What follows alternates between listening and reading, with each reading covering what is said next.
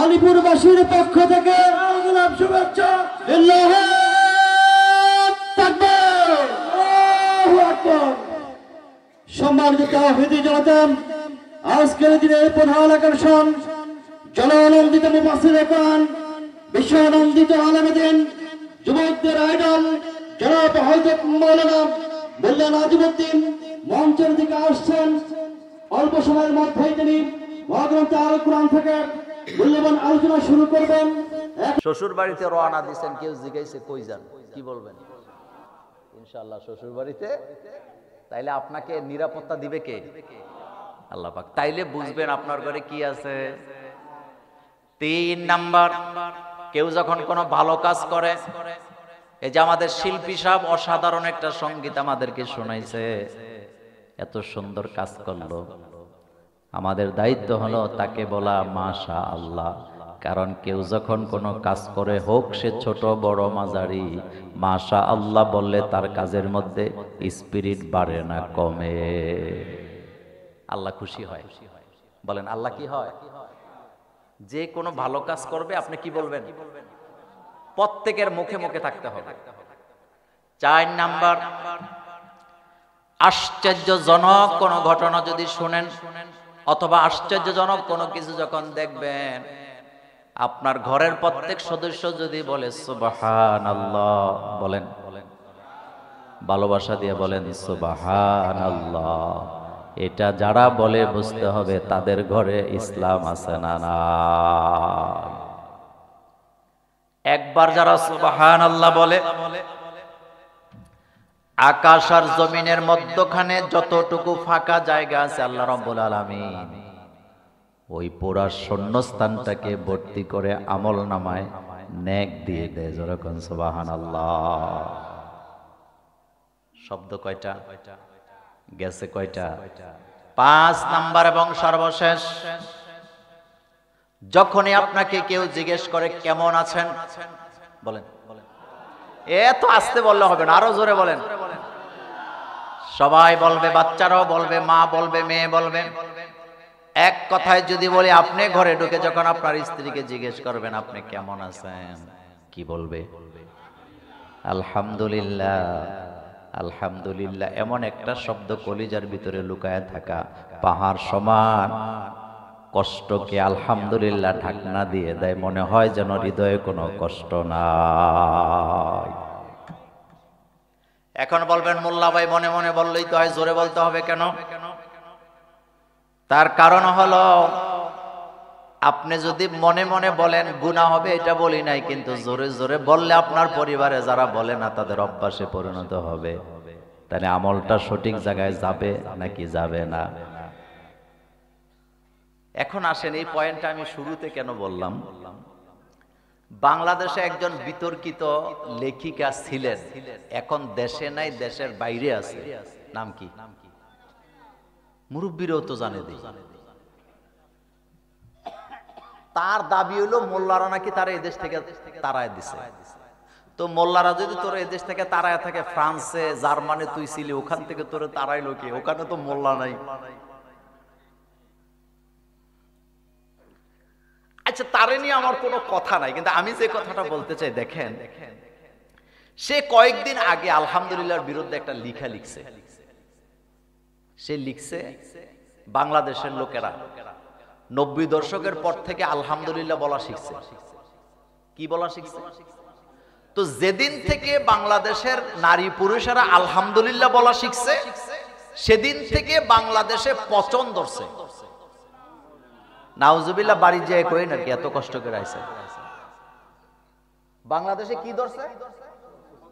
পচন। আচ্ছা, এবার আপনারা আমার দিকে তাকান। এই আলহামদুলিল্লাহ শব্দের মধ্যে কি কোনো গালি আছে? সাম্প্রদায়িক উস্কানিমূলক কোনো বক্তৃতা আছে? মারামারি কথার আছে? লাফালাফি কথার আছে? কাউকে আক্রমণ করার কথা আছে? এই শব্দের মধ্যে কি জেহাদ আছে? সন্তুষ্ট বিষয়টা আছে না নাই? তো তার কাছে পচা পচা লাগলো কেন? সে নিজেই। আচ্ছা বলেন তো, মুহাম্মদ সাল্লাল্লাহু আলাইহি ওয়াসাল্লামের উম্মতের জন্য শুকুরের মাংস খাওয়া হালাল না হারাম? তা আল্লাহ এটা হারাম কেন করছে? যতগুলা কারণ ছিল তার ভিতরে প্রথমটা ছিল এটা হলো নির্লজ্জ প্রাণী। বলেন শূকর কি প্রাণী? তো নির্লজ্জ প্রাণী যদি মাংস যদি খায়, আপনি দেখেন পৃথিবীতে যত জাতি শূকরের মাংস খায়, এটি লজ্জা বলতে কোনো জিনিস নেই। এটি ল্যাংডা হইয়া নদীর পাড়ে বসে থাকে, কথা কয় না বাঙালি, কারণ কি খায়। কিন্তু মুসলমানদের মধ্যে লজ্জা আছে না নাই? আচ্ছা এবার শোনেন, সে কয়দিন পরে পরে শুকুরের মাংসের বার্গার খায় আর পোস্ট করে, আমি শুকুরের মাংসের বার্গার খাইছি, খুব মজা হয়েছে। কিন্তু শুকুর যেরকম নির্লজ্জ, হ্যাতিও এরকম নির্লজ্জ হয়ে গেছে। আরো মজার কথা বলি, দেখেন মানুষের রুচি, তো নির্লজ্জ মানুষের কি কোনো রুচি আছে? কথা আসতে কইছে। সে সর্বশেষ একটা বই লিখছে, বইয়ের নাম হলো চুম্বন। কথা কয় না বাঙালি, কি নাম? মানে এটারা আমরা কই সুমা, ইংরেজিতে কয় কিস। শোনেন, লজ্জা পায় না, আমি কিন্তু লজ্জার কথা বলতেছি না। অর্থাৎ সে দাবি করছে এই বইয়ের মধ্যে যে আমি কারোর সুমা দেবো, বন্ধুরে দেবো, আমার বাচ্চারে দেবো, আমার স্বামীরে দেবো, ভালোবাসার প্রেমিকারে দেবো, আমার মন চাইলে আমি পার্কে দাঁড়ায় দেবো, রাস্তায় দাঁড়ায় দেবো, আমি ওই যে দোকানের সামনে দাঁড়ায় দেবো, আমি বিচে দাঁড়ায় দেবো, আমি হোটেলে দাঁড়ায় দেবো, দরজায় দাঁড়ায় দেবো। মোল্লাদের সমস্যাটা কি? আচ্ছা আপনারা বলেন তো, লজ্জা বলতে কোনো জিনিস তার আছে? এ কথার জবাবটা আমি এভাবে দিই। আচ্ছা বলেন তো, আমরা কি মানুষ না চতুষ্প জন্তু? চতুষ্প জন্তুর সাথে আমাদের বিরাট একটা পার্থক্য আছে না নাই? পৃথিবীতে ইসলামের বিরুদ্ধে গাড়িটা যদি 80 কিলোমিটার বেগে চলে, আর আমাদের ইসলামের গাড়িটা আমরা চালাতে হবে 160 কিলোমিটার বেগে, যাতে করে ইসলামকে আমরা বিজয়ের দ্বার প্রান্তে নিয়ে যেতে পারি। এই জন্য বিসমিল্লাহর বিরুদ্ধে, আলহামদুলিল্লাহর বিরুদ্ধে, সুবহানাল্লাহর বিরুদ্ধে যত ষড়যন্ত্র করবে, আমরা আমাদের বাচ্চাগুলাকে এই জিকিরগুলা তত বেশি শিক্ষা দেব। এখন বলেন আমার কলেজের বাইরে, এই 5টা শব্দের ভিতরে আল্লাহ শব্দটা আছে না নাই? এই 5টা শব্দ আল্লাহর কোরআনুল কারীমের মধ্যে আছে না নাই? এই শব্দগুলা সবগুলোর মধ্যে আল্লাহর নাম থাকার কারণে এটা জিকির। এই শব্দগুলা কোরআনে থাকার কারণেও জিকির। আরো মজার ব্যাপার হলো, এই শব্দগুলা যদি আমরা বলতে থাকি, প্রত্যেক অক্ষরে অক্ষরে 10 করে নেকি আমাদের জন্য আছে না নাই? মনে মনে না জোরে জোরে? মনে মনে না জোরে জোরে? 1 নাম্বার বিসমিল্লাহ, 2 নাম্বার ইনশাআল্লাহ, 3 নাম্বার মাশাআল্লাহ, 4 নাম্বার সুবহানাল্লাহ, 5 নাম্বার আলহামদুলিল্লাহ। এবার আপনারা বলেন, 1 নাম্বার, একটু জোরে কর না ভাই, 2 নাম্বার, 3 নাম্বার, 4 নাম্বার, 5 নাম্বার আলহামদুলিল্লাহ। শেষ, প্রথম পয়েন্ট। নাম্বার 2, কোরআনুল কারীম সূরাতুল বাকারা থেকে আমি আপনাদের সামনে কথা বলবো।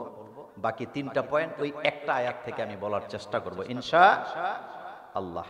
দেখেন, এই পৃথিবীতে আমরা ছিলাম না, পৃথিবীটা ছিল। পৃথিবীতে আদম আলাইহিস সালামও ছিলেন না, কিন্তু পৃথিবীটা কি ছিল? অর্থাৎ আমাদের আগে এই জমিনে একটা জাতি ছিল, সেই জাতি হলো জিন জাতি। বলেন তো কি জাতি? জিন জাতি। তো জিনেরা যখন আল্লাহ রাব্বুল আলামিনের গোলামি করতে অস্বীকৃতি জানালেন, আল্লাহর অবাধ্য হইলেন, নিজেরা নিজেরা ফিতনা ফাসাদ করে, এই জায়গাটা ওই জায়গায় লাগায়, মারামারি করে, ধাক্কাধাক্কি করে, জাতাজাতি করে। বুঝেন তো জাতাজাতি? বুঝেন তো? আচ্ছা, কোন ক্রমেই তারা আল্লাহর হুকুম তারা মানতেছেন না। তখন আল্লাহ পাক সিদ্ধান্ত নিচ্ছে, এই জাতিকে এখান থেকে বিতাড়িত করবেন, এখানে আরেকটা জাতিকে এখানে বসায় দিবেন। মনোযোগ আছে আপনাদের? যখন আল্লাহ সিদ্ধান্ত নিলেন এদেরকে এখান থেকে বিতাড়িত করবে, জিনেরা ছিল আগুনের তৈরি। আল্লাহর সিদ্ধান্ত ছিল সমস্ত জিনকে এখান থেকে বিতাড়িত করবে, তাদেরকে যে পাওয়ার আল্লাহ দিছিলেন সেটা লেস করে দিবেন। যেহেতু পুরা জাতিটাকেই ধ্বংস করতে চায়, সেজন্য আলাদা আলাদা দেশের জিনকে আল্লাহ হত্যা করে নাই, কাতারে কাতারে ফেরেশতা আকাশ থেকে নামায় দিয়া ফেরেশতাদেরকে বললেন জিনদেরকে পিটাও, এখান থেকে বিতাড়িত করো। ফেরেশতারা ছিলেন নূরের তৈরি। কিসের তৈরি? কাতারে কাতারে ফেরেশতা নামলেন, পিটা শুরু। পিটা বুঝেন তো আপনারা কি করেন? পিটি, মাইর, পিটানো। ফেরেশতারা পিটাইতেছে কাদেরকে? আস্তে কয়, আস্তে পিটায় না জোরে পিটায়? কারণ ফেরেশতাদেরকে পিটানোর জন্য পাঠাইছে কে? যুদ্ধ শুরু হয়ে গেল দুই দলের মধ্যে, ফেরেশতার জিনদের মধ্যে। যখন যুদ্ধ শুরু হয়ে গেল, ফেরেশতাদের পক্ষে আল্লাহ ছিলেন, জিনদের বিপক্ষে থাকার কারণে যুগে যুগে আল্লাহ যাদের পক্ষে থাকে তাদের বিজয় আছে না নাই? এমন দৃষ্টান্ত আমার বাংলাদেশেও আছে না নাই? ফেরেশতারা বিজয় লাভ করলেন, জিনেরা পরাজিত হয়ে এখান থেকে বিতাড়িত হলেন। জমিন এখন খালি। মনোযোগ আছে নি? জমিন এখন, জমিন যখন খালি হলো, আল্লাহ পাক তো তার জমিনকে খালি রাখবেন না। আপনাদের যাদের ফসলের জমি আছে, আপনারা কি ফসলের জমি খালি রাখেন না? ফসল ফলান। 3 বছর যদি ফসলের জমিতে আপনি না যান, ফসলও না করেন, 3 বছর পরে যদি যান, জমিন পাবেন না জঙ্গল পাবেন? জঙ্গল তো জঙ্গল, আপনি বয়েন আর ডুবতেন না। কথা কি বুঝাইতে পারতেছি? জমিনের মালিক কখনো জমিন খালি, তো এই জমিন কার? আরো জোরে। তো আল্লাহকে এটা খালি রাখবেন না। আল্লাহ রাব্বুল আলামিন তো জমিন খালি রাখবেন না। যখন আল্লাহ সিদ্ধান্ত নিলেন জমিনকে খালি রাখবেন না, সমস্ত ফেরেশতাদেরকে ডাকালেন। কাদেরকে? একজন দুইজন না, সবাই রে, সমস্ত ফেরেশতাদেরকে ডাকলেন। এই আয়াতের তাফসীরটা আজকে শুনবো আমরা। আল্লাহ রাব্বুল আলামিন বলছেন, ওয়া ইয ক্বালা রাব্বুকা লিল মালাইকাতি ইন্নী জাইলুন ফিল আরদি খলিফা। আর যখন আপনার রব সিদ্ধান্ত নিলেন জমিনে খলিফা বানাবে, আপনার রব ফেরেশতাদেরকে ডাকলেন। ওয়া ইয ক্বালা রাব্বুকা লিল মালাইকা, যখন আপনার রব সমস্ত ফেরেশতাদেরকে ডাকালেন, ডাকিয়ে বললেন ইন্নী জাইলুন ফিল আরদি খলিফা, আমি জমিনে খলিফা বানাবো। কি বানাবে? এই খলিফা শব্দের ব্যাখ্যাটা হবে সবার পরে, এটা আমি রেখে দিলাম। আল্লাহ বলেন ইন্নী জাইলুন ফিল আরদি খলিফা, যখন বললেন আমি খলিফা বানাবো, ক্বালু আতাজআলু ফিহা মান ইউফসিদু ফিহা ওয়া ইয়াসফিকু দিমা। ফেরেশতারা সবাই একযোগে বলে উঠলেন, এক দুজন ফেরেশতা না, সবাই বলতেছে। ক্বালু, সবাই বলে উঠলেন, আতাজআলু ফিহা মান ইউফসিদু ফিহা, এমন একটা জাতিকে আপনি এখানে বানাবেন যারা ফাসাদ করবে, মারামারি করবে, ওয়া ইয়াসফিকু দিমা, তারা এক জাতি আরেক জাতির রক্ত ঝরাবে, একজন আরেকজনের রক্ত ঝরাবে, তারা রক্তপাত করবে। ওয়া নাহনু নুসাব্বিহু বিহামদিকা ওয়া নুকদ্দিসু লাক, আমরাই তো আপনার প্রশংসা করি, তাসবিহ করি, নাত করি, হামদ করি, আপনার জিকির করি, আপনাকে ডাকি, আপনার বরত্ব প্রমাণ করি। ক্বালা, আল্লাহ পাক বললেন ইন্নী আ'লামু মা লা তা'লামুন, আমি যেটা জানি তোমরা সেটা জানো না। দেখেন আল্লাহ যত বড়, আল্লাহর কথাও তত। সুবহানাল্লাহ পড়েন। আল্লাহ যত বড়, আল্লাহর কথাও তত বড়। আল্লাহর কালামকে আপনি ব্যাখ্যা করে শেষ করতে পারবেন না। এই যে আয়াতটা আমি আপনার সামনে তেলাওয়াত করলাম, আপনি যদি কিয়ামত পর্যন্ত কাগজ আর কলম নিয়ে এই আয়াতের ব্যাখ্যা লিখতে থাকেন, লিখতে পারবেন কিন্তু শেষ করতে পারবেন না। আবার যদি ওয়াজের ময়দানে বসে বসে কিয়ামত পর্যন্ত মৌখিক তাফসীর করেন, আল্লাহর কালামের ব্যাখ্যা শেষ করা যাবে না। এটা মোল্লার কথা না, আল্লাহর কথা। আল্লাহ পাক বলছেন ওয়ালাউ আন্নামা ফিল আরদি মিন শাজারাতিন আকলামু, ওয়াল বাহরু ইয়ামুদ্দুহু মিন বাদিহি সাবআতু আবহুরিম মা নাফিদাত কালিমাতুল্লাহ। আল্লাহ পাক বলছেন এই পৃথিবীতে যত গাছপালা আছে সব কেটে যদি কলম বানাও, সমুদ্র মহাসমুদ্রের পানিগুলো যদি কালি বানাও, ওই কলম আর কালি দিয়ে যদি লিখতে শুরু করে দাও, লিখতে লিখতে লিখতে লিখতে তোমার কলম কালি শেষ হয়ে যাবে, আল্লাহর কালামের ব্যাখ্যা করে শেষ করা যাবে না। আপনার আমার নবী বিশ্ব নবী কথা বলতেন কম, কিন্তু কথার মধ্যে ব্যাখ্যা থাকতো অনেক বেশি। মনোযোগ আছে? রাসূল বলছেন খাইরুল কালামি মা কাল্লা ওয়া দাল্লা, উত্তম বক্তব্য সেটা যেই বক্তব্যের ভিতরে কথা থাকে কম কিন্তু ব্যাখ্যা থাকে অনেক বেশি। 23 বছরের নবুয়তের জীবনে রাসূল হাজার হাজার বক্তৃতা দিয়েছেন। আশ্চর্য হবেন, রাসূল কখনো লম্বা বক্তৃতা দেয় নাই। জীবনের সবচেয়ে লম্বা বক্তৃতা রাসূলের ছিলেন বিদায় হজের ভাষণে। বিদায় হজের ভাষণটাই রাসূলের সবচেয়ে লম্বা ছিল, যেটার মেয়াদকাল ছিল 22 থেকে 18 থেকে 22 মিনিট। বলেন 18 থেকে 22 মিনিট। কিন্তু মজার ব্যাপার হলো পৃথিবীতে যতগুলা রাষ্ট্র আছে, যত মানুষ আছে, যতগুলা জাতি আছে, এই 18 মিনিটের বক্তৃতা দিয়া পৃথিবীর সবগুলা রাষ্ট্র পরিচালনা করার মতো সংবিধান রাসূলের বিদায় হজের ভাষণে আছে না নাই? আল্লাহু আকবার বলেন। আপনি বিষয়টা হালকাভাবে নিয়েন না। 22 মিনিটে রাসূল যে বক্তৃতা দিয়ে গেছেন, পৃথিবীতে যত রাষ্ট্র আছে সমস্ত রাষ্ট্রের যত নীতিমালা আছে এই 22 মিনিটের ভিতরে সব আপনি পাবেন।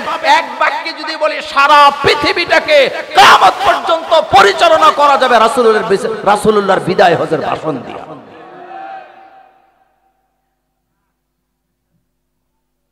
আমাদের দেশের হুজুররা বক্তৃতা দেয়, আমরা মাঝে মধ্যে স্টেজে উঠি, আমার আগে যিনি আলোচনা করলেন উনি রাগ করে, এত তাড়াতাড়ি মাইকটা ছাড়া লাগলো নাকি?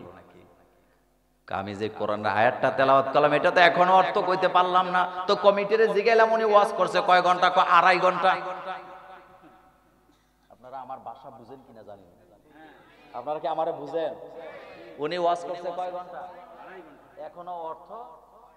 তো আপনি কি করলেন এতক্ষণ? শুনেন, আমরা মূলত তাফসীর কারক না।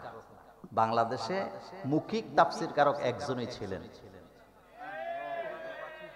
বলেন নাম কি? এত আস্তে বললে হবে? সুবহানাল্লাহ।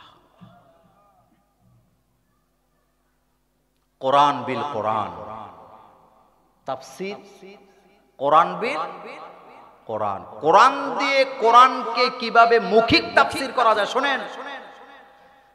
তাফসীর জগতে বাংলাদেশের আলেমদের মধ্যে ভালো তাফসীর লিখছেন অসংখ্য তাফসীরবিদ আছেন, লিখছে, কিন্তু আল্লামা সাইদি সাহেবের মতো মৌখিক তাফসীর এত সাবলীল ভাষায় সহজ করে করতে পেরেছেন, সাইদি সাহেব ছাড়া পৃথিবীতে আরেকজনের নাম আপনি বলতে পারবেন না। ভাই যে ফেস লাগায় না যে হুজুরে বলছে সাইদি সাহেবের মতো আলেম পৃথিবীতে না, আমি এটা বলছি? আমি বলছি ওনার মতো মৌখিক তাফসীর বাংলাদেশ নয় পৃথিবীতে আপনি কারো নাম বলতে পারেন? যদি আপনি পারেন তো নামটা বলেন, আমি শুনি। চট্টগ্রামের প্যারেড ময়দানের মাহফিলে কাবা শরীফের ইমাম সাহেব আসলেন। কি আসলেন? কাবার ইমাম বলে গেছে আমি আমার জীবনে সারা পৃথিবীর কোথাও এত বড় তাফসীর মাহফিল দেখি নাই।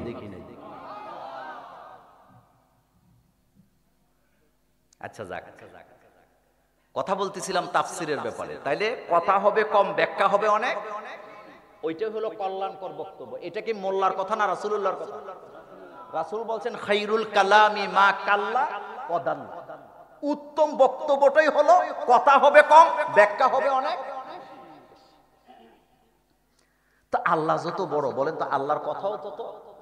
এবার খেয়াল করেন, আল্লাহ রাব্বুল আলামিন বলছেন ওয়া ইয ক্বালা রাব্বুকা লিল মালাইকা, ফেরেশতাদেরকে যখন বললেন ইন্নী জাইলুন ফিল আরদি খলিফা, আমি জমিনে খলিফা বানাবো। এই খলিফা মানে হলো আমি, আপনি, আদম, সবাই। খলিফা দ্বারা আল্লাহ কাদেরকে বুঝাইছে? আমাদেরকে। ব্যাখ্যা পরে দিচ্ছি, শুনেন। এখন বলেন তো, আল্লাহ যে ফেরেশতাদেরকে ডেকে বলেন ইন্নী জাইলুন ফিল আরদি খলিফা, আমি জমিনে খলিফা বানাবো, এখানে আল্লাহ কি ফেরেশতাদের মতামত চাইছিলেন, না আল্লাহ তার সিদ্ধান্ত জানাই দিছে? ফাইন, আপনারা বুঝেন তাহলে ওয়াজ বুঝাই। আল্লাহ বর্তমান ঠিক। অনেকে বলে কি জানেন, আল্লাহ পাক ফেরেশতাদের কাছে মতামত চাইছে। নাউজুবিল্লাহ। সর্বময় ক্ষমতার মালিক কে? আল্লাহর কি কিছু করার জন্য পরামর্শ মতামতের দরকার আছে? ইযা আরাদা শাইআন আইয়াকুলা লাহু কুন ফায়াকুন, আল্লাহ যখন কোনো কিছু করার জন্য ইচ্ছা করে, আরাদা করে, তিনি শুধু বলেন কুন ফায়াকুন, সাথে সাথে হয়ে যায়। রাসূলুল্লাহ নিজের থেকে কোনো কথা বলেন না, রাসূল কথা বলতে আল্লাহর দিকে তাকাইতে হয়, কিন্তু আল্লাহ কথা বলার জন্য কারো দিকে তাকাবার কোনো দরকার নেই। মা ইয়ানতিকু আনিল হাওয়া ইন হুয়া ইল্লা ওয়াহয়ুন ইউহা, মোহাম্মদ হারগিজ না গুফতা তা না গুফতা জিবরাইল, মোহাম্মদ হারগিজ না গুফতা তা না গুফতা জিবরাইল, জিবরাইল হারগিজ না গুফতা তা না গুফতা রব্বুল জলিল। সুবহানাল্লাহ। মনোযোগ দেন। রাসূলুল্লাহ কথা বলে না ততক্ষণ, জিবরাইল বলে না যতক্ষণ। জিবরাইল কথা বলেন না ততক্ষণ, আল্লাহ বলে না যতক্ষণ। তার মানে আল্লাহর কথাই জিবরাইলের কথা, আল্লাহর কথাই রাসূলুল্লাহর জবানে আছে না? তাহলে প্রথমে জানলাম আল্লাহ কারো কাছ থেকে মতামত নেওয়ার কোনো দরকার, তিনি সর্বময় ক্ষমতা। এখন আসেন, আল্লাহ পাক যখন বললেন আমি খলিফা বানাবো, খলিফার ব্যাখ্যা এখন দিচ্ছেন, এটা রেখে দিলাম। বলার সাথে সাথে ফেরেশতারা বললেন ক্বালু, এটা জমার সিগা বহু বচন, সমস্ত ফেরেশতারা বলে উঠলেন আতাজআলু ফিহা মান ইউফসিদু ফিহা ওয়া ইয়াসফিকুদ দিমা, আপনি কি এমন একটা জাতিকে এখানে বানাবেন যেই জাতি ফাসাদ করবে? কি করবে? ফাসাদের ব্যাখ্যা বিশাল বড়।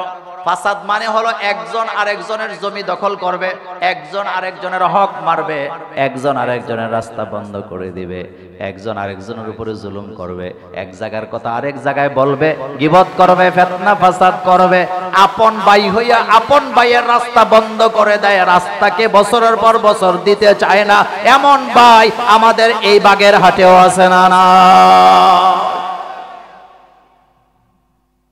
ফাসাদ মানে হলো বাই হইয়া বাইয়ের জমি দখল করবে, বাই হইয়া বাইয়ের রাস্তা বন্ধ করে দিবে, নিজের বাড়িটা রাস্তার পাশে, তার ভাইয়ের বাড়িটা পেছনের দিকে, ঝগড়া লাগলে হুমকি দেয় যাবি কোন দিক দিয়া, এরপরে বাঁশ দিয়া বেড়া মারে, রাস্তাটা 5 ফিটও দিতে চায় না। একটা লাশ বাইর হইতে লাশের খাটিয়াটা ধরতে 5 ফিট জায়গা লাগে, এতটুকু জায়গা পর্যন্ত রাস্তায় দিতে চায় না, এমন ডাকাত মানুষ পৃথিবীতে আছে না? না। তবে আপনাদের এই এলাকাতে নাই।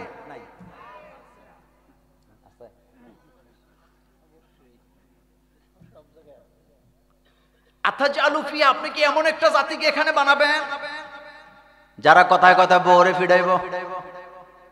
বউ ফিডের না আজকের মাহফিলে নাই, কথা কয় না তো বাঙালি। বউরে মারা যায়, এদিকে গেলাম না। বউ কি পিডানো যায়? তবে বউ যারা পিডান, আজকে তো মা বোনেরা আছে না মাহফিলে, তা আমি একটা ঝগড়া লাগাই দিয়ে যাই, আমিও একটা ফিতনা করি, আতাজআলু ফিহা মান ইউফসিদু, ওই দলে আমিও শামিল হই। আপনারা চান? মা বোনদেরকে বলে দিয়ে যাই, তোমাকে যদি তোমার স্বামী দিনের বেলা পিডায়, তুমি রাত্রে বেলা ফিরাইবে।